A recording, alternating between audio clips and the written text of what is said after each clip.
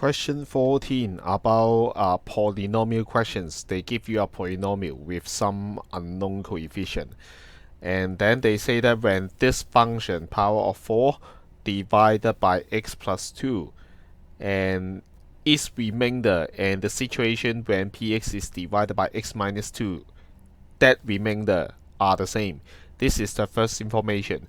So, first information is given R1, the first remainder, is equal to R2, the second remainder, while the first remainder is when px divided by x plus 2.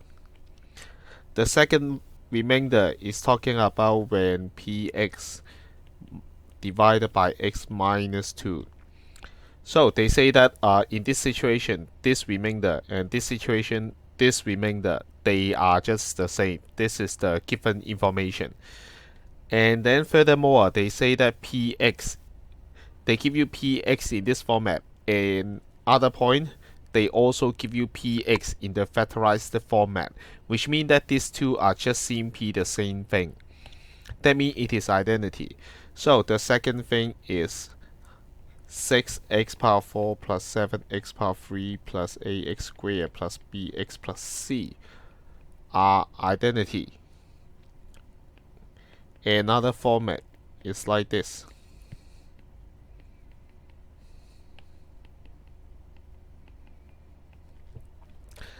And then we try to further elaborate part by part, then it leads us to the answer.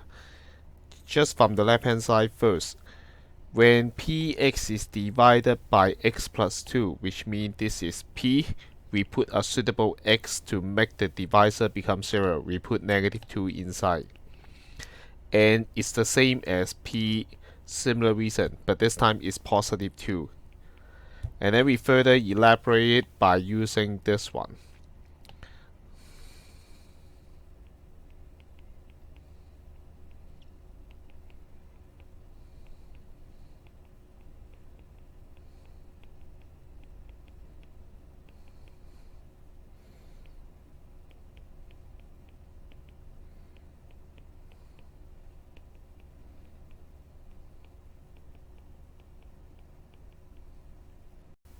And then you will find out that the even number power will finally cancel out, because negative 2 even power is the same as positive 2.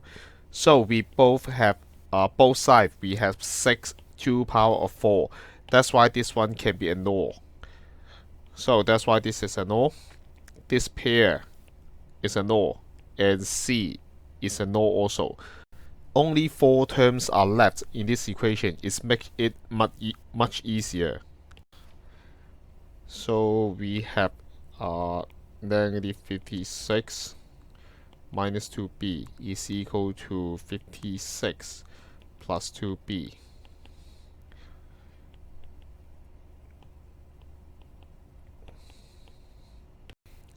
Negative 28 is the value of b. So this information just give us the value of b, and then we are going to apply it to the identity here. So for this information, we are going to work on right hand side. This format is favorable to compare term by term already, so our focus is to evaluate expand right hand side, and our target is to group them tidily like this so that we can compare their coefficient one by one. So we focus on right hand side of the equation.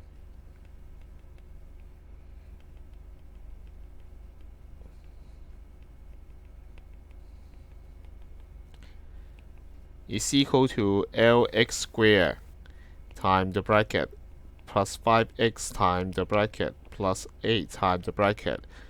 Again, make your hand busier than your brain. Use some method will reduce your brain burden to avoid any careless mistake.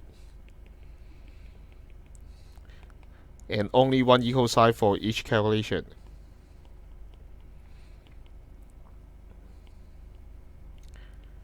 And also leave some space between term by term.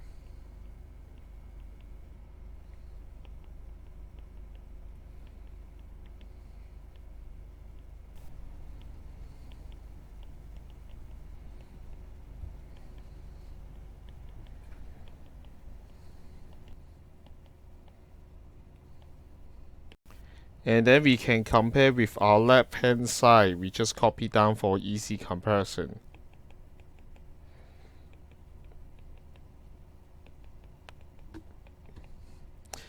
For identity, like x power 3 plus 2x plus 5, if we say that is identity to something, then that must be exactly x power 3, exactly 2x, exactly 5.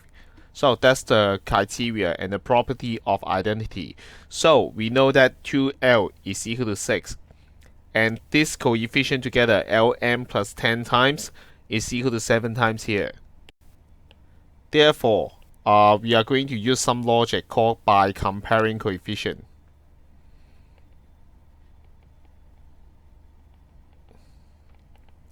We know that first, 2L is equal to 6. Second, we know Lm plus 10 is equal to 7. Third, we know that Lm plus 5m plus 16 is equal to A. Also, we know that 5n plus 8m is equal to B.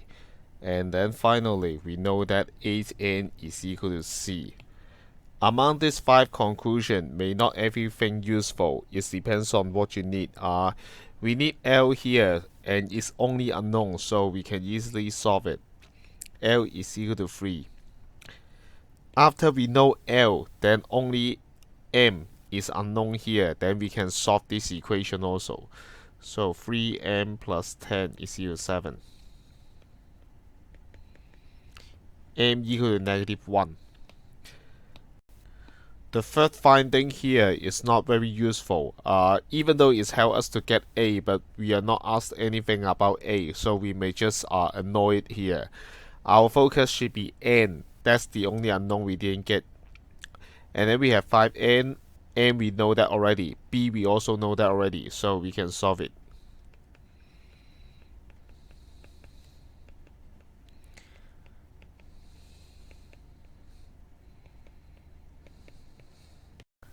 To conclude, in part A, that means we know that L is equal to 3, M is equal to -1, and N is equal to -4. In part B, they ask about equations, and then we want to know the roots of this equation. Is there how many of them are real?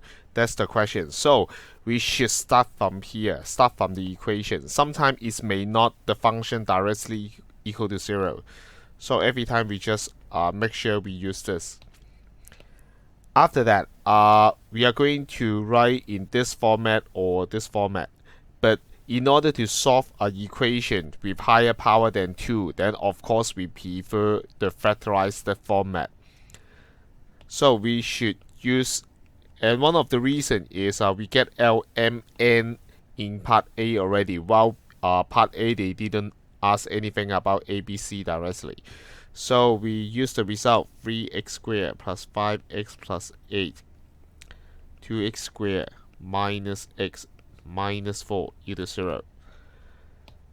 So something times something equal to 0, which implied by the zero product rules, either the first factor equal to 0. If not, then another factor equal to 0. Otherwise, it's impossible for the product equal to 0. And then we are going to consider how many roots here. We are not really want to know what is the value of roots. So that's why we just use our very quick test indicator to check how many real roots here. We use delta.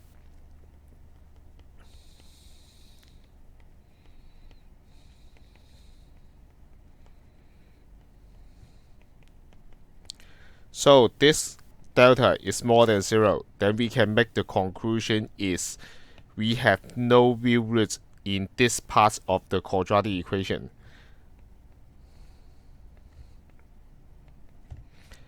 And then the second part, in the second quadratic equation, we do the same thing. We use the indicator to see how many real roots here.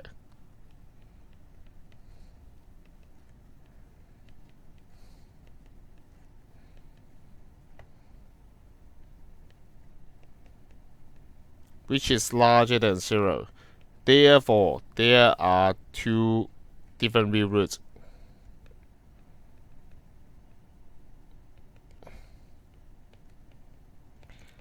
And the questions is asking about px equal to 0.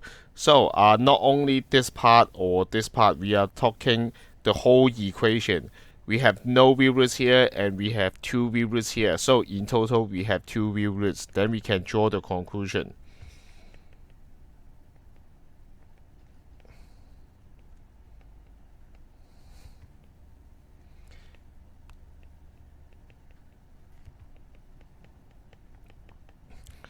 To solve this kind of equation, just simply don't forget that whenever you are going to solve an equation with higher power than 2, that means cubic polynomial or power of 4 polynomial, you just simply use your own method or by the hints in the question to factorize it.